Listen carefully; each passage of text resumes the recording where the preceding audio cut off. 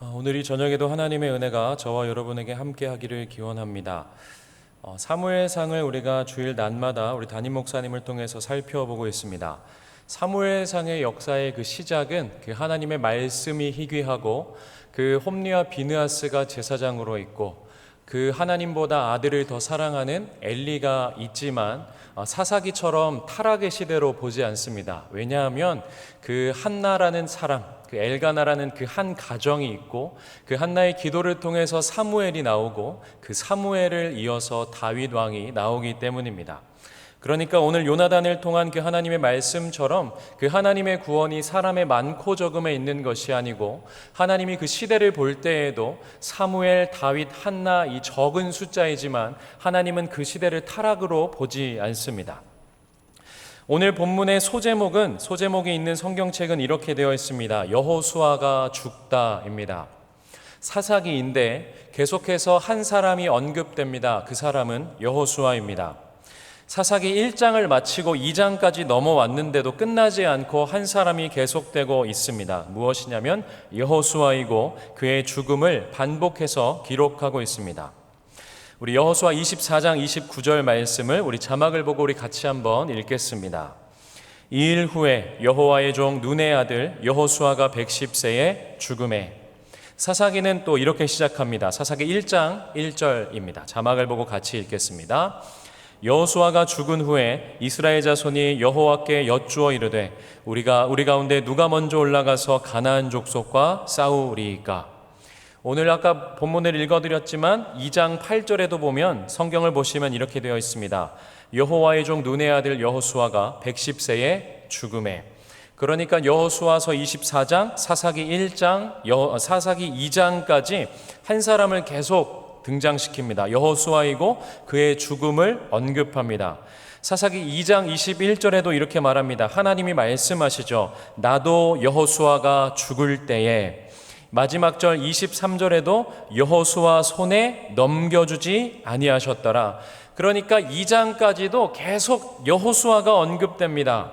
여호수아에 대한 기록, 그가 죽은 이 사건을 다시 한번 강조하면서 이 사사기 1장, 2장이 흘러가는 거죠. 사사기 1장, 2장은 사사기의 서론에 해당합니다. 3장부터 이제 첫 사사인 온니엘이 시작하면서 사사가 3장부터 등장하고 16장 3손에서 끝이 납니다. 8장에 가면 이 기드온이라는 사사가 있는데 기드온 이후에는 평온하였더라 라는 기록이 없을 정도로 이 16장에서 3선으로 사사가 끝나고 17장부터는 미가라는 제사장이 나오고 21장에는 이스라엘의 11지파와 베냐민 지파가 싸우는 그렇게 세 가지 큰 부분으로 나눌 수 있습니다. 1장, 2장 이 서론, 그리고 3장부터 16장까지 이 사사 시대, 그리고 마지막 17장부터 21장까지 큰 틀로 특별히 이 17장부터 21장을 사사 초기 시대로 보는데, 그렇다면 이제 서론, 사사에 대한 이야기, 사사기 초기 이야기입니다. 그러니까 이 사사를 기록하면서 각자 자기 소견에 옳은 대로 살아가는 이 내용 가운데 이제 샌드위치로 기록하는 것이 있죠. 왜 이 사사들은 있었음에도 이들은 왜 타락했는가? 이들은 왜 각자 소견에 옳은 대로 이스라엘의 왕이신 그 하나님을 저버렸는가? 이것이 1장, 2장과 그 다음에 17장부터 21장까지 기록하고 있습니다. 사사기의 시작은 이렇게 시작합니다. 사사기 1장 1절에서 2절까지 말씀을 우리 자막을 보고 우리 같이 한번 읽겠습니다. 여호수아가 죽은 후에 이스라엘 자손이 여호와께 여쭈어 이르되 우리 가운데 누가 먼저 올라가서 가나안 족속과 싸우리이까. 여호와께서 이르시되 유다가 올라갈지니라. 보라 내가 이 땅을 그의 손에 넘겨주었노라 하시니라. 아멘.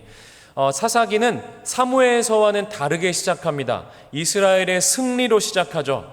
하나님 누가 먼저 올라갈까요? 유다가 먼저 올라가라. 그 땅을 그의 손에 넘겨주었다 말씀합니다. 이제 여호수아로부터 통해서 입성한 이 가나안 땅을 이제 각 지파별로 제비를 뽑고 이제 각 지파별 전쟁이 시작됩니다. 이 제비 뽑은 그 땅에서 이제 지파별로 그 땅을 차지하면 되는 거죠. 2절에 보면 넘겨주었노라 라고 말합니다. 이것이 이제 시제가 완료형입니다. 하나님이 넘겨주었다라는 거죠. 주어 역시 1장 2절에 여호와께서 넘겨주었다라는 겁니다. 그러니까 올라가라 말씀하는 거죠. 하나님이 넘겨주셨다라는 분명한 말씀입니다. 그렇게 유다가 믿음으로 올라갔고 승리했습니다. 하나님께 물었고 믿음으로 그 땅을 차지합니다. 그렇게 유다의 승리로 이 사사기 1장이 시작됩니다. 승리를 하고 연전연승을 하다가 이제 1장 중반부에 묘한 사건이 등장하죠. 그것이 이제 유다가 이 철병거 때문에 멈춘 사건입니다. 계속해서 승리하다가 이 철병거를 만나서 멈춥니다. 그리고 에브라임은 하나님의 말씀대로 이들을 진멸하지 않고 가나안 족속과 타협하기 시작합니다. 그랬더니 1장 27절부터 36절까지의 내용은 계속 가나안 족속을 쫓아내지 못하고 가나안 족속이 그 땅에 거주하기 시작했다라는 사건으로 이 믿음과 승리로 시작했던 이 역사가 완전히 타협과 패배해버리는 역사로 이렇게 반전이 되어가는 겁니다. 근데 우리가 1장을 살펴볼 때에 제가 말씀드린 대로 타락이고 그들이 실패하고 패배했다라고 바라보지만 당시 이스라엘 백성들의 관점으로 봤을 때는 그렇지 않았을 겁니다. 왜냐하면 땅을 차지하고 있었기 때문에 그래요. 이 출애굽하였고 노예였던 이들이 땅을 갖게 됩니다. 집을 갖게 되었어요. 하나님이 이스라엘을 강성하게 해주셔서 그 힘을 가지고 가나안 족속을 노예로 삼기를 시작합니다. 그러면 이스라엘 백성은 망했다고 생각하지 않죠. 지금 땅도 있고 노예도 있고 충분히 그 타협하고 있고 살아갈 만하다라는 거죠.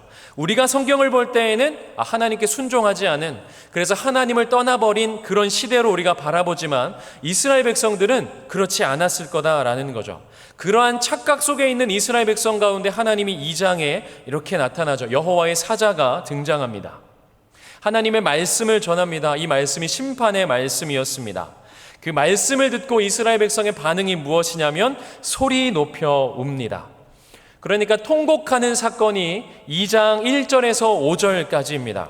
하나님 앞에 통곡하고 소리를 높여 웁니다. 하나님의 그 심판의 말씀 가운데 하나님 앞에 우는 거죠.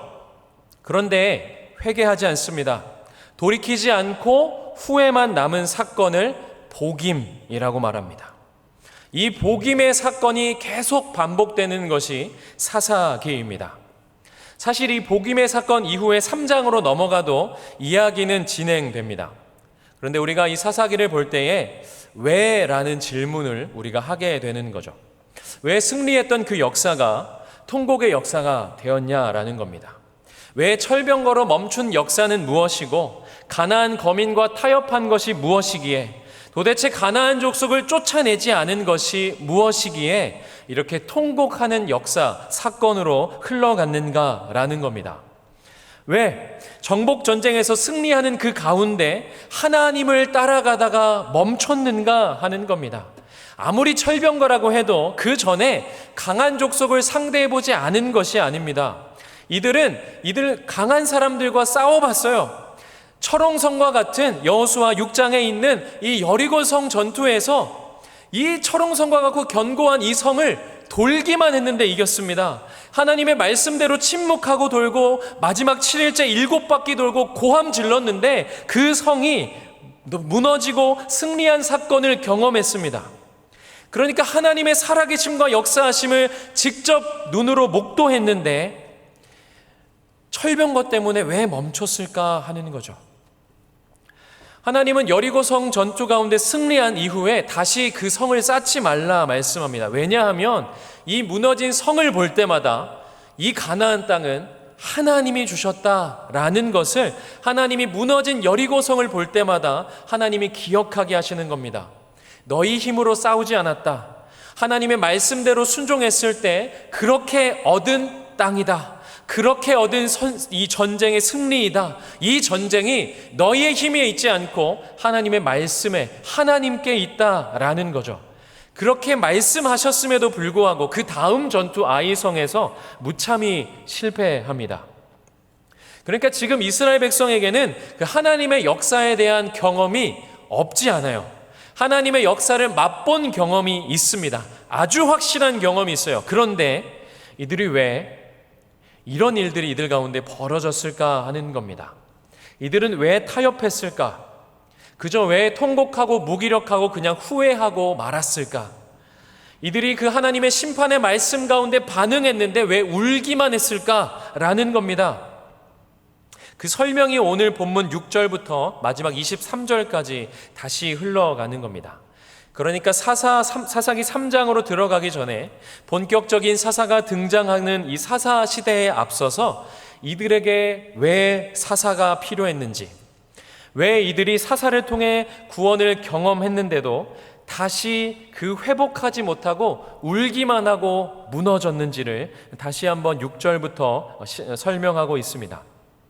사사기는 통곡의 역사입니다. 제가 아까 말씀드렸던 것처럼 이 복임의 사건이 계속 반복하는 것이에요. 이들은 통곡합니다. 하나님 도와주세요. 통곡하면 하나님은 사사를 보내주시죠. 그렇게 다시 한번 그 사사가 있을 때 평화를 누립니다. 그러면 그 힘으로 회복해야 되는데 다시 무너집니다. 그리고 통곡하고 다시 하나님 사사 보내시고 회복하고 다시 그 회복한 힘을 가지고 무너집니다. 이것이 반복되고 더 깊은 무너짐으로, 더 깊은 무기력함으로 가게 되는 것이죠. 사랑하는 성도 여러분, 저와 여러분에게는, 우리에게는 이런 모습이 없을까요? 우리는 이 코로나라는 것을 통해서 많은 것을 배웁니다. 하나님이 이 전 세계가 동시에 이 큰 어려움을 겪는 어쩌면 최초의 사건인데, 하나님은 이것을 통해서 우리에게 가르쳐 주시는 것이 있어요. 그저 우리가 힘들다라는 것으로 멈춰서는 안 됩니다. 이게 얼른 끝나면 난 놀러 가야지, 이거 끝나면 내가 하고 싶은 거 해야지로 끝나는 것이 아니고, 우리는 지금 이 시간 가운데 하나님이 무엇을 가르치시는지, 혼자 신앙생활하는 것이 이렇게 힘든 거구나, 예배를 드리지 않으면 내가 여실없이 무너지는가를 하나님은 계속해서 알려주시는 거예요. 우리가 코로나 이전에는 내 삶이 너무 분주하고 바빠서 내 신앙생활을 소홀했습니다. 예배보다, 훈련을 받는 것보다, 헌신하는 것보다 나의 삶에 집중했습니다. 그런데 우리가 코로나 이후에, 코로나 이전보다 어쩌면 많은 시간을 가지고 있고 또 분주하지 않은 그런 여유가 있지만, 그렇다고 해서 우리가 예배에 열심을 쏟는가? 우리가 그렇게 예배 가운데 마음을 쏟고 우리가 훈련을 누구보다 열심히 하고 내가 헌신하는가라고 했을 때, 코로나 이전과 도중 가운데 우리는 자신할 수 없습니다. 그러면 우리가 하나님이 은혜 주시고 평안을 주시면 우리가 더 하나님 앞에 갈 수 있을까요? 라고 했을 때 우리는 자신할 수 없습니다. 왜냐하면 신앙은 내 힘으로, 내 고백으로 자신할 수 있는 것이 아니기 때문입니다. 하나님이 은혜 주셔서 더 하나님 편으로 갈 수 있고, 또 때로는 그 힘듦 가운데서도 우리는 하나님 앞에 갈 수 있습니다. 우리의 근거가 하나님께 있기 때문이죠. 나에게 있어서 내 신앙을 자신할 수 없고, 그래서 상황이 좋건 나쁘건 우리가 상관없이 하나님 앞에 갈 수 있는 겁니다. 그런데 하나님을 놓치면 은혜가 은혜인지 또 평안이 평안인지 모르고 살아가는 모습이 사사시대에도 또 저와 여러분에게도 있는 거죠. 사사시대에는 평안함이 있었습니다. 땅도 있었고 노예도 있었습니다. 하나님이 주신 그 은혜와 힘을 놓쳐버리면 하나님을 놓쳐버리게 되는 거죠. 사사시대의 이 통곡의 역사가 왜 반복됐는지, 왜 반복될 수밖에 없었는지 1장 1절부터 2장 5절까지 여호수아의 죽음 이후에 승리하다가 통곡하는 배경을 설명하고, 2장 6절부터 23절 마지막 절까지는 다른 각도에서 내면적으로 왜 통곡할 수밖에 없었는지 그 이유에 대해서 설명합니다. 오늘 본문은 다시 그래서 여호수아의 죽음으로 시작합니다. 전에 여호수아가 백성을 보내매라고 하면서 여호수아로 시작하고 있고, 8절에도 보면 여호와의 종 눈의 아들 여호수아가 죽었다 말합니다. 오늘 본문 6절부터 10절까지는 두 단락으로 나눌 수 있습니다. 6절부터 9절을 나눌 수 있고요, 그 다음에 10절 이렇게 두 군데로 나눌 수 있습니다. 오늘 본문 6절 말씀인데 우리 성경을 보고 우리 같이 한번 읽겠습니다. 전에 여호수아가 백성을 보내매 이스라엘 자손이 각기 그들의 기업으로 가서 땅을 차지하였고, 원어 성경에는 전에라는 것이 없습니다. 시간적인 표현은 없고, 여호수아가 백성을 보내매 이스라엘 각기 그들의 기업으로 가서 땅을 차지했다라고 합니다. 쉽게 말하면 여호수아가 보냈더니 땅을 차지했다라는 겁니다. 더 쉽게 말하면 여호수아 때에는 땅을 차지했다라는 말입니다. 그리고 7절을 보기 이전에 이제 여호수아 24장 31절 말씀인데요. 우리 자막을 보고 여러분이 읽어주시면 감사하겠습니다. 시작.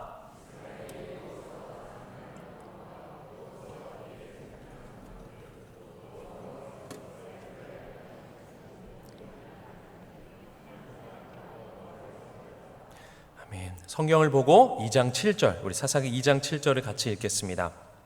백성이 여호수아가 사는 날 동안과 여호수아 뒤에 생존한 장로들 곧 여호와께서 이스라엘을 위하여 행하신 모든 큰일을 본 자들이 사는 날 동안에 여호와를 섬겼더라. 자막을 보고 성경을 봤듯이 이 여호수아 24장 31절과 사사기 2장 7절은 거의 그대로 가지고 옵니다. 여호수아에서 이 사사기로 넘어가는 그 전에 여호수아서의 마지막 결론을 다시 한번 2장 7절에 기록하는 거예요. 성경에서 반복한다라는 것은 굉장히 중요한 부분입니다. 중요한 부분은 무엇이에요? 여호수아의 죽음입니다. 2장 6절에서 9절까지 여호수아가 사는 날 동안에 살았던 그 사람들, 그 하나님 앞에서 어떠한 신앙이었는지를 설명하고 그리고 나서 10절에서 대조를 이루는 겁니다. 이들의 신앙은 어땠을까요? 6절과 9절, 6절부터 9절을 주목할 필요가 있습니다. 성경을 볼 때에 아주 유익한 것은 주어와 동사를 유심히 보는 것이 매우 유익합니다. 아까 6절에 있는 것처럼 여호수아가 보냄에 땅을 차지했다, 이 말은 여호수아 시대 때는 땅을 차지했다라는 이 말입니다. 그러니까 1장에서 후반부에서 계속 가나안 족속을 쫓아내지 못하고 그 땅을 차지하지 못했는데 여호수아 시대에는, 여호수아가 보낼 때에는 차지했다라는 이 말이죠. 여호수아 시대에는 쫓아냈다라는 말입니다. 성경은 의도적으로 비교하고 있는 거예요. 왜 비교하냐면 사사 시대의 타락이 어떠한가, 이들의 불신앙이 어느 정도인가라는 것을 비교하려면 여호수아의 시대에는 그들의 신앙이 어떠했는가, 여호수아 시대에는 그들의 하나님은 어떻게 역사하셨는가, 이것을 비교해야 이 신앙의 기준이 있어야 비교할 수 있기 때문입니다. 기준이 없으면 얼만큼 타락했는지 알 수 없습니다. 여호수아 때 여호수아가 그 모세에 이어서 지도자가 됐을 때 하나님이 말씀하시죠. 두려워 말라, 놀라지 말라, 내가 너와 함께하라 말씀하면서 여호수아에게 잊지 않고 하시는 말씀이 이 율법책을 주야로 묵상하여 좌로나 우로나 치우치지 말라 말씀합니다. 말씀이 기준인 거죠. 여호수아에게는 좌로나 우로나 치우치지 않는 하나님의 율법이 있습니다. 그 기준이 있어야 무엇이 좌인지 무엇이 우인지 알 수 있기 때문이에요. 그래서 여호수아 시대를 설명합니다.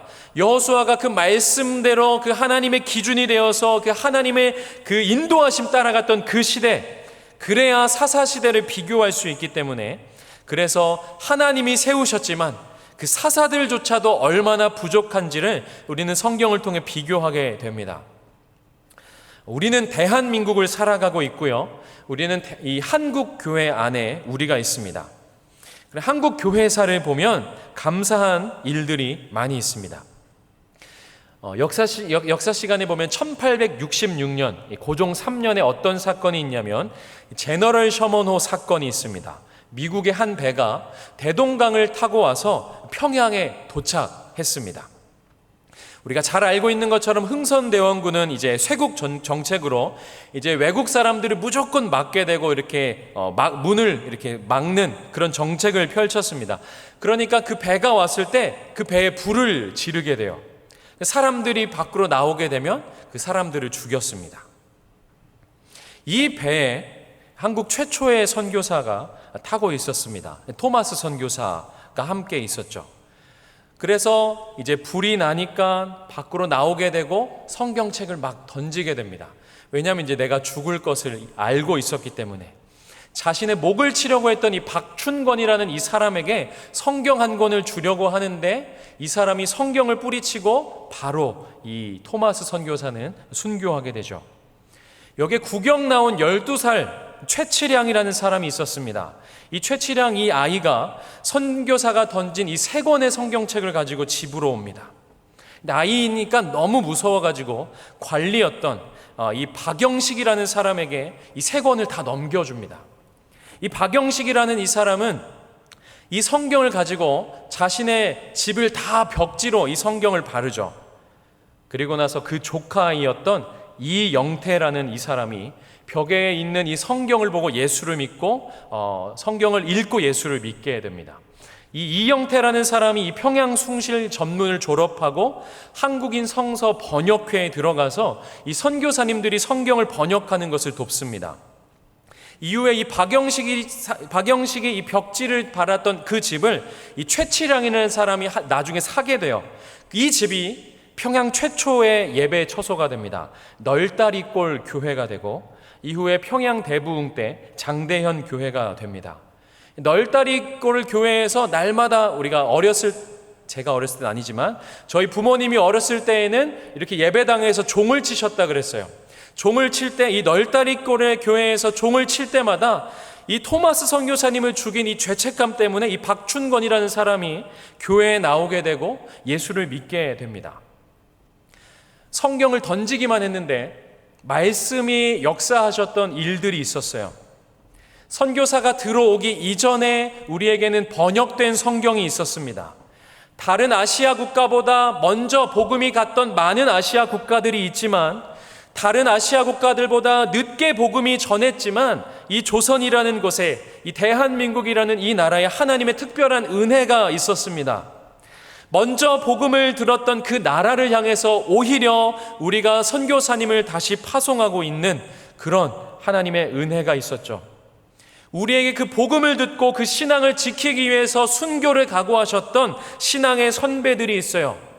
일사각오를 순교하셨던 주기철 목사님이 있고 10가지 감사로 원수를 사랑했고 6.25 전쟁 중에 목사라는 이유로 북한군에게 순교하신 손양원 목사님이 있습니다.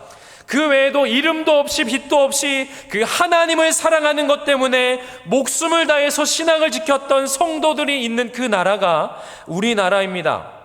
한국교회가 비록 지금 어려움을 겪고 있지만 우리가 이 자리에 함께 모여 예배할 수 있는 이유, 우리가 함께 마스크를 쓰고 있지만 함께 하나님을 찬양하고 기도하고 날마다 새벽마다 주님 앞에 나올 수 있는 그 이유는 믿음의 선배들, 신앙의 선배들이 있었기 때문입니다. 본문 7절에서도 이와 같은 믿음의 사람을 소개하고 있는 거예요. 2장 7절에 이렇게 말합니다. 백성이 여호수아가 사는 날 동안과 여호수아 뒤에 생존한 장로들 곧 여호와께서 이스라엘을 위하여 행하신 모든 큰 일을 본 자들이 사는 날 동안에 여호와를 섬겼더라. 우리 성경에는 모든 큰 일을 본 자들이라고 하면서 모든이 한 번 등장하는데 원어에는 모든이 3번 등장합니다. 백성이 여호수아가 사는 모든 날 동안에, 모든 큰 일을 본 자들이 사는 모든 날 동안에, 그러니까 백성이 여호수아가 사는 모든 날 동안에, 그리고 여호수아 뒤에 생존한 장로들 곧 여호와께서 이스라엘을 위하여 행하신 모든 큰 일을 본 자들이 사는 모든 날 동안에 여호와를 섬겼다, 이렇게 말합니다. 어떤 특정한 날이 아니에요. 주일날, 금식하는 날, 힘들어서 기도하는 날이 아니라 여호수아가 사는 모든 날, 그 뒤에 생존한 장로들이 사는 모든 날, 이스라엘을 위하여 행하신 그 하나님의 큰 일을 본 자들이 사는 모든 날, 그들의 신앙을 말하고 있습니다. 그들의 신앙이 어떠했는가? 그들이 사는 모든 날 동안 여호와를 섬겼다 말합니다. 그리고 8절에 이렇게 말하는 거예요. 여호와의 종 눈의 아들 여호수아가 110세에 죽음에. 성경을 보면 여호와의 종이라는 이 표현, 하나님의 종, 나의 종, 주의 종이라는 것을 제외하면 여호와의 종은 구약 성경에 19번 나옵니다. 17번이 모세에게 사용되고 우리가 아까 읽었던 여호수아서 24장과 사사기 2장 8절에 여호수아에게 2번 사용합니다.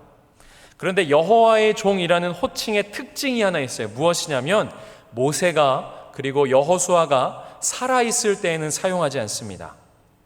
여호수아서를 보면 그 주인공이 여호수아인데 언제나 여호수아를 설명할 때에는 모세의 수종자 눈의 아들 여호수아예요.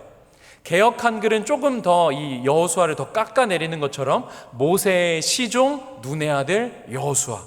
23장까지 계속 여호수아가 죽기 전까지는 늘 이 아킬레스건 같은 모세의 수종자, 모세의 시종 이렇게 오다가 모세가 죽고 나서 모세에게, 여호수아가 죽고 나서 여호수아에게 하나님이 이렇게 부르세요. 여호와의 종 모세, 여호와의 종 여호수아. 죽을 때까지 끝까지 하나님 붙잡은 사람, 어떤 날만 섬긴 것이 아니라 사는 모든 날 동안 하나님을 섬긴 그 사람, 하나님이 소개하는 것이죠. 성경은 그들의 신앙의 모습을 이렇게 비교하는 겁니다. 여호수아 시대에는 그들이 사는 모든 날 동안 여호와를 섬겼다.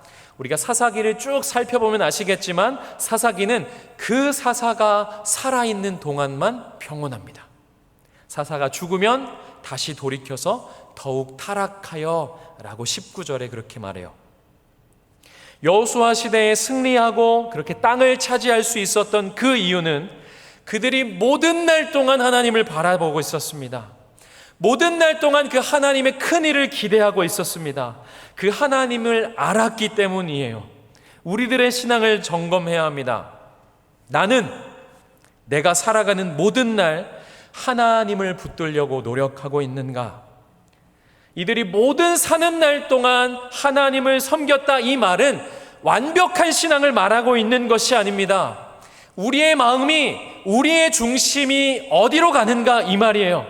힘들고 어려울 때도, 반대로 내가 잘되고 평안할 때에도 나는 하나님을 바라보고 있는가, 이 말입니다. 8절과 9절입니다. 여호와의 종 눈의 아들 여호수아가 110세의 죽음에 무리가 그의 기업의 경내 에브라임 산지 가하스산 북쪽 딥나헤레스에 장사하였고, 8절과 9절 역시 여호수아의 죽음과 장례를 기록하고 있어요.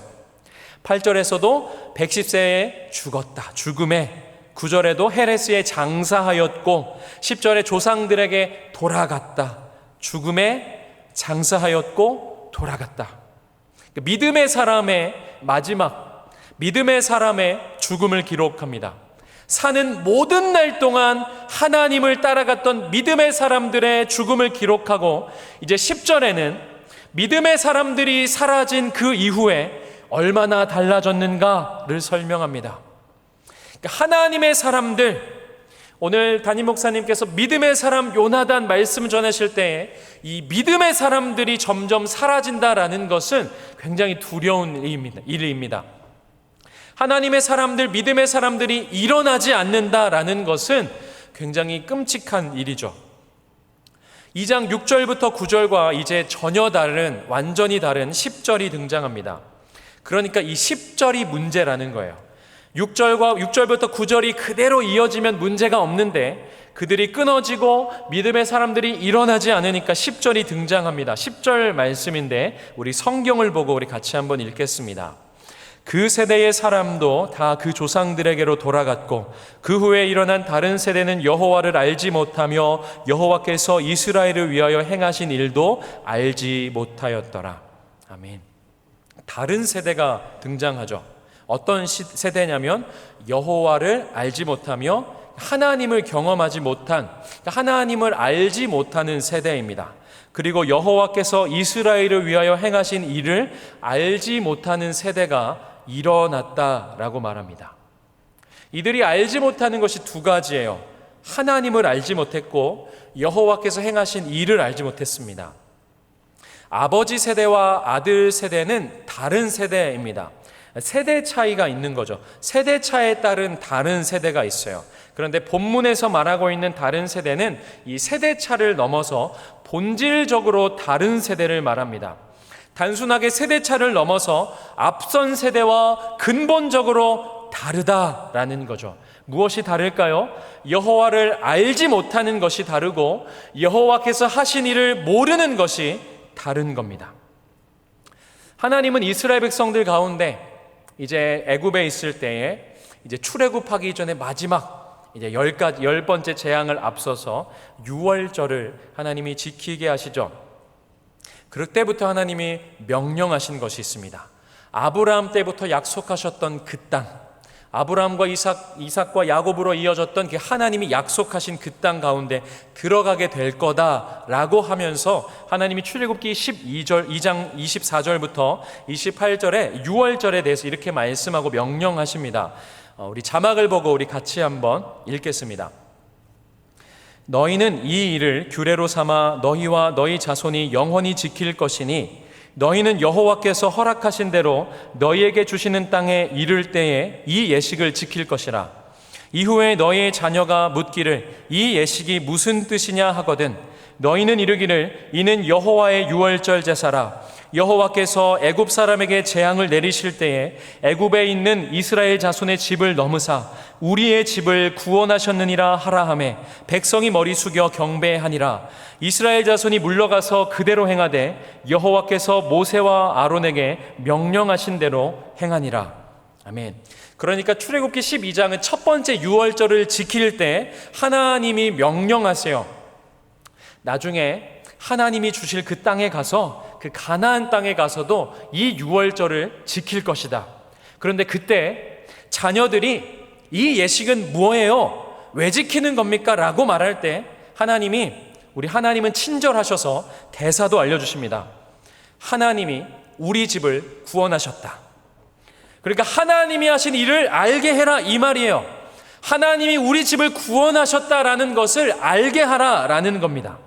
그러니까 이스라엘 가운데 하나님께서 이스라엘을 위하여 행하신 일을 알게 하라라고 명령하셨어요.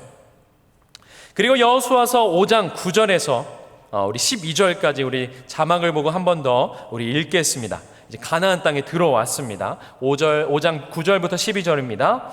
여호와께서 여호수아에게 이르시되 내가 오늘 애굽의 수치를 너희에게서 떠나가게 하였다 하셨으므로 그곳 이름을 오늘까지 길갈이라 하느니라. 또 이스라엘 자손이 길갈에 진쳤고 그달 14일 저녁에는 여리고 평지에서 유월절을 지켰으며 유월절 이튿날에 그 땅의 소산물을 먹되 그날에 무교병과 볶은 곡식을 먹었더라. 또 그 땅의 소산물을 먹은 다음 날에 만나가 그쳤으니 이스라엘 사람들이 다시는 만나를 얻지 못하였고 그 해에 가나안 땅의 소출을 먹었더라. 이제 가나안 땅에 들어와서 이 유월절을 지키는 겁니다.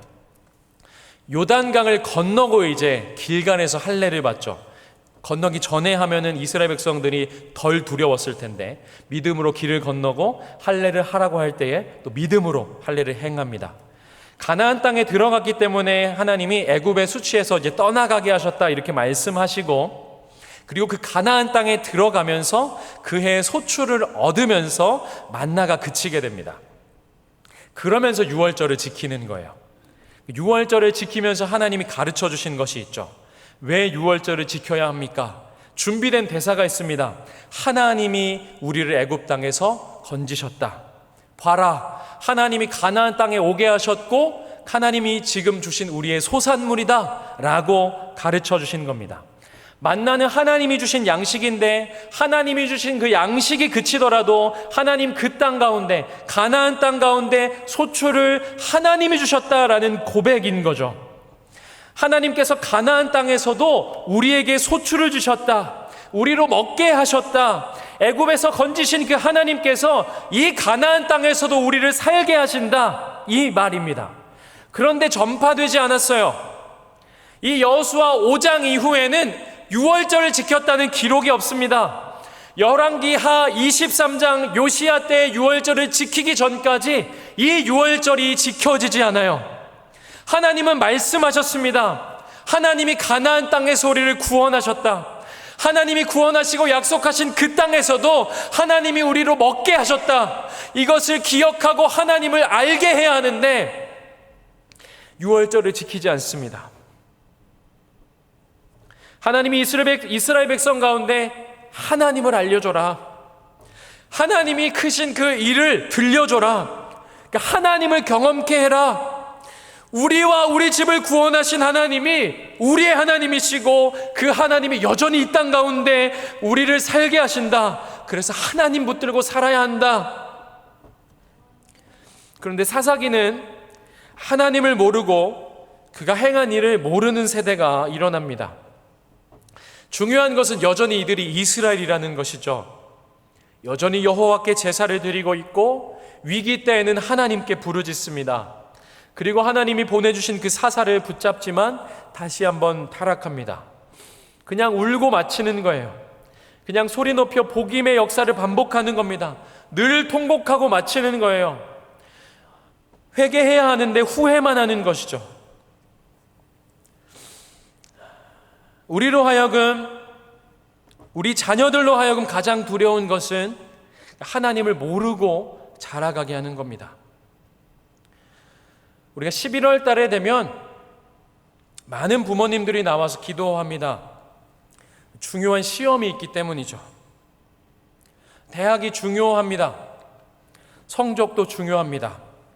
저는 그냥 초등학교 1학년짜리 한 명이 있는데 100점 받아쓰기 100점 맞으면 그렇게 기분이 좋더라고요. 그런데 하나님을 아는 것이 가장 중요합니다. 하나님을 아는 것이 우리에게는 너무너무 중요합니다. 우리의 구원이 어디에서 우리가 구원을 받습니까? 예수 그리스도를 믿음으로 우리는 구원을 받습니다. 하나님이 우리를 위해서 일하시면 그 하나님의 구원은 하나님께 있기에 구원받는 거예요. 하나님께 있기 때문에 우리가 그 하나님을 의지하고 살아가는 겁니다. 우리가 착해서 구원을 받을까요? 우리가 건강하면 구원을 받습니까? 공부를 잘하면 우리는 구원을 받을까요? 아니요. 성경은 그렇게 말하고 있지 않습니다. 성경은 말합니다. 여수아가 사는 모든 날 하나님을 알았다. 그래서 하나님을 경험했다. 이스라엘 장로들 곧 하나님의 큰일을 본 자들이 사는 모든 날 하나님을 알았고 하나님을 경험했다.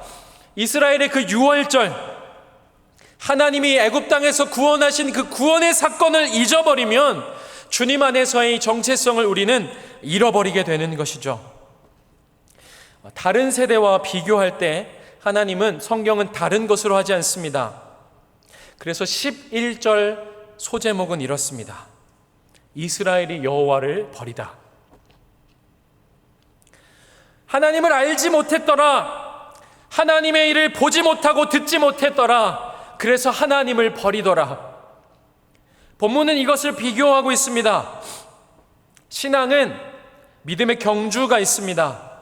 그런데 이 믿음의 긴 경주를 마치 개주와 같이 달리게 하십니다.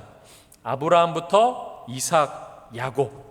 아브라함 한 사람으로 끝나지 않고 이삭, 야곱. 히브리서 12장에 있는 수많은 믿음의 선진들이 그 믿음의 길을 걸어갔던 것처럼, 그렇게 토마스 선교사님이, 또 주기철 목사님과 손양호 목사님이 그렇게 믿음의 길을 걸어갔던 것처럼, 이름도 없이 빛도 없이 그 예수 그리스도를 믿는 그 신앙으로 목숨을 다해 그 신앙을 지켰던 믿음의 선진들처럼 그 믿음의 길을 우리도 걸어가고 있습니다. 그래서 우리 앞에도 믿음의 선배와 스승이 있고 우리의 뒤에도 믿음의 후손들과 후배들이 있습니다. 사랑하는 성도 여러분, 여러분 하나님의 사람으로 살아가고 계십니까? 여러분 하나님에 대해서 알려주고 계십니까? 코로나 중에서도 하나님의 사람으로 살아가는 사람들이 있습니다. 시간을 정해놓고 말씀을 대하고 하나님 앞에서 이 시간 어떻게 해서든지 살려고 발버둥치고, 우리가 늘 헌신사역 보고할 때처럼 알고 있지만 늘 말씀 읽기를 힘쓰는 사람들이 있습니다. 기도의 자리를 지키고 예배의 자리를 지키는 사람들이 있습니다. 원래 코로나 전에도 열심히 하나님을 붙들었던 사람들은 코로나와 상관없이 하나님을 붙잡습니다. 그런데 그때에도, 그 전에도 하나님을 놓치고 살았고 내 삶이 바빴고 내 삶이 분주했고 내가 더 중요했던 사람들은 여전히 코로나 상황 속에서도 내가 더 중요합니다. 어떠한 순간에도 우리는 사는 모든 날 동안 하나님을 바라보아야 합니다. 우리가 사는 모든 날 동안 하나님을 바라볼 수 있을까요? 없죠. 우리는 연약한 죄인이기 때문입니다. 그래서 우리는 어쩔 수 없다고 포기하지 않는 거예요. 그 신앙을 누가 자부할 수 있습니까? 베드로도 내가 죽기까지 하나님 앞에 내가 예수님 죽기까지 따라가겠습니다 자부했지만 신앙은 내 자부로 되는 것이 아니에요. 하나님의 은혜이고 하나님이 붙잡으심이고 하나님이 함께 하심입니다. 그래서 신앙은 자랑할 수 없다 그랬어요. 사도 바울이 자랑할 수 없다, 은혜다, 선물이다 말하죠. 그래서 신앙에는 원리가 있습니다. 내가 무엇을 바라보고 있는가, 내가 무엇을 듣고 있는가 하는 거죠. 로마서 10장 17절 말씀입니다. 우리 자막을 보고 같이 한번 읽겠습니다. 그러므로 믿음은 들음에서 나며 들음은 그리스도의 말씀으로 말미암느니라. 신앙에는 원리가 있어요. 믿음은 어떻게 생기는가? 들어야 생기는데 그리스도의 말씀을 들어야 삽니다. 하나님의 말씀, 내가 말씀을 읽지만 말씀이 우리를 붙잡습니다. 아까 그 토마스 선교사님이 그냥 성경책 던졌지만 그 성경을 읽을 때 아무것도 모르는 그 사람이 성경을 읽을 때 성경 말씀이 우리를 붙잡고 예수 믿게 하고 구원에 이르게 하는 거예요. 하나님의 말씀에 능력이 있고 살아있기 때문입니다. 그러니까 말씀을 들으면 믿음이 생겨요. 그래서 우리에게 소망이 있는 거죠. 내가 사는 날 모든 날 동안 하나님을 내가 바라볼 자신은 없는데 그래도 내가 하나님 앞에 있을 수 있잖아요. 넘어져도 하나님 앞에서 넘어질 수 있고 무너져도 하나님 앞에 무너질 수 있는, 그래서 하나님으로 다시 한번 일어날 수 있는 그 주의 십자가로 말미암아 우리를 포기하지 않는 그 하나님의 은혜 때문에 우리가 다시 한번 하나님을 바라볼 수 있는 것처럼 사랑하는 우리 은평의 모든 권속들이 하나님을 향하는 우리의 전심이 하나님을 바라는 은혜가 있기를 소망합니다. 그래서 우리를 통해서 하나님을 아는 기쁨, 그 하나님이 하신 그 큰 일들을 경험하는 은혜가 있기를 소망합니다. 현대인들은 영적인 것에 관심이 없습니다.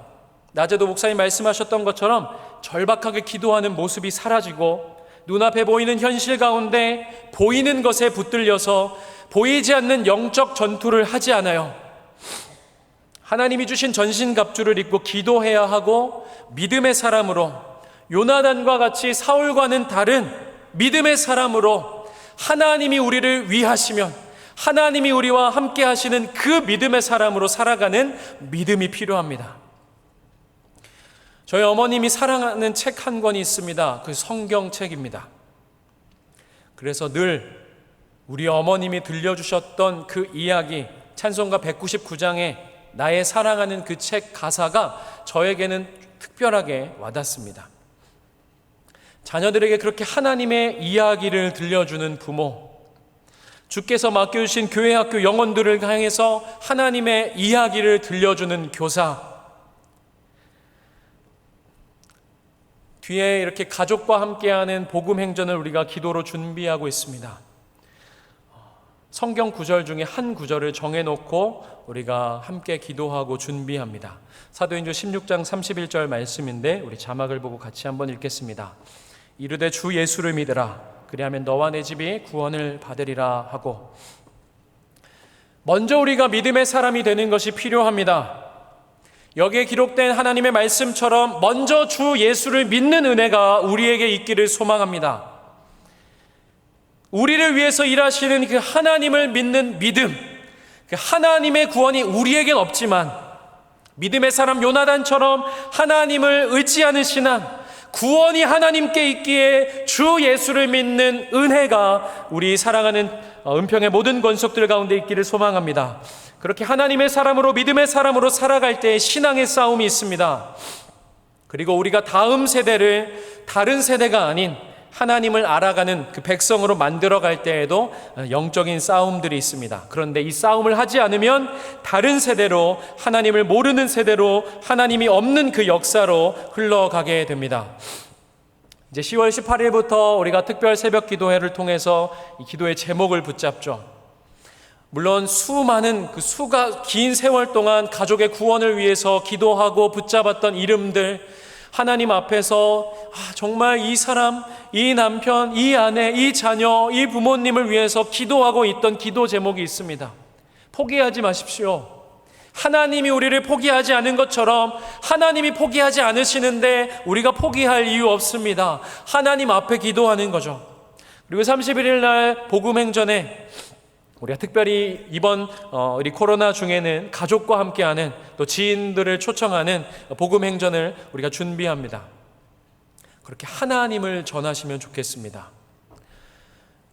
내가 믿는 그 하나님, 우리가 알고 있는 그 하나님이 행하신 일들, 나 같은 죄인 살리시고 구원하신 그 주님의 그 구원의 은혜가 여전히 이 코로나 중에도 엄마는 왜 교회 갈까? 마스크 쓰고 불편하지도 않나? 아버지는 왜 성경책 끼고 다시 한번 주일날 예배당을 찾아가시는가? 우리 아들, 딸들은 왜 예배당에 이 코로나 중에 전염된다고 하는데 몇 명 들어가지도 못하는데 거기에서 왜 하나님을 믿고 있는가? 그 이야기를 보여주고 들려주는 저와 여러분 되기를 소망합니다. 우리가 예배 이후에 찬송가 288장 설교 이후에 찬양할 때 예수를 나의 구주 삼고 후렴은 이렇습니다. 이것은 나의 간증이요 이것이 나의 찬송일세. 나 사는 동안 끊임없이 구주를 찬송하리로다.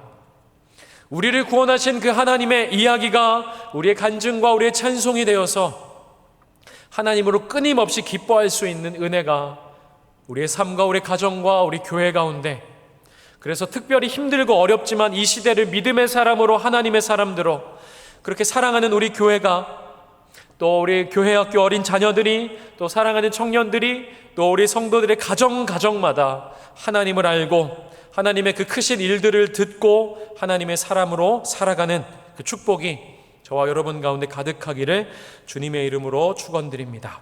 기도하겠습니다. 하나님 아버지, 내가 먼저 하나님을 알기를 원합니다. 내가 먼저 주 예수를 믿는 그 믿음 가운데 있기를 소망합니다. 그리고 그 구원의 은혜를 잊지 않기를 원합니다. 성경에서만이 아니라 모세와 여호수아 때만이 아니라 그 하나님께서 지금도 우리의 삶 속에서 큰 일을 행하시고 이루시는 하나님임을 우리는 믿습니다. 우리에게 주 예수를 믿는 믿음을 더해 주시고 포기하지 않는 그 하나님의 사랑 가운데 우리 교회와 우리의 가정이 이 복음 행전을 통하여서 그 구원의 은혜가 경험되어지는 귀한 간증과 찬송이 넘쳐나는 귀한 은혜의 시간 될 수 있도록 역사하시고 기대하는 마음으로 기도하는 우리 모든 은평의 권속들 될 수 있도록 주여 인도하여 주옵소서. 주님을 기대하며 예수님의 이름으로 기도합니다. 아멘.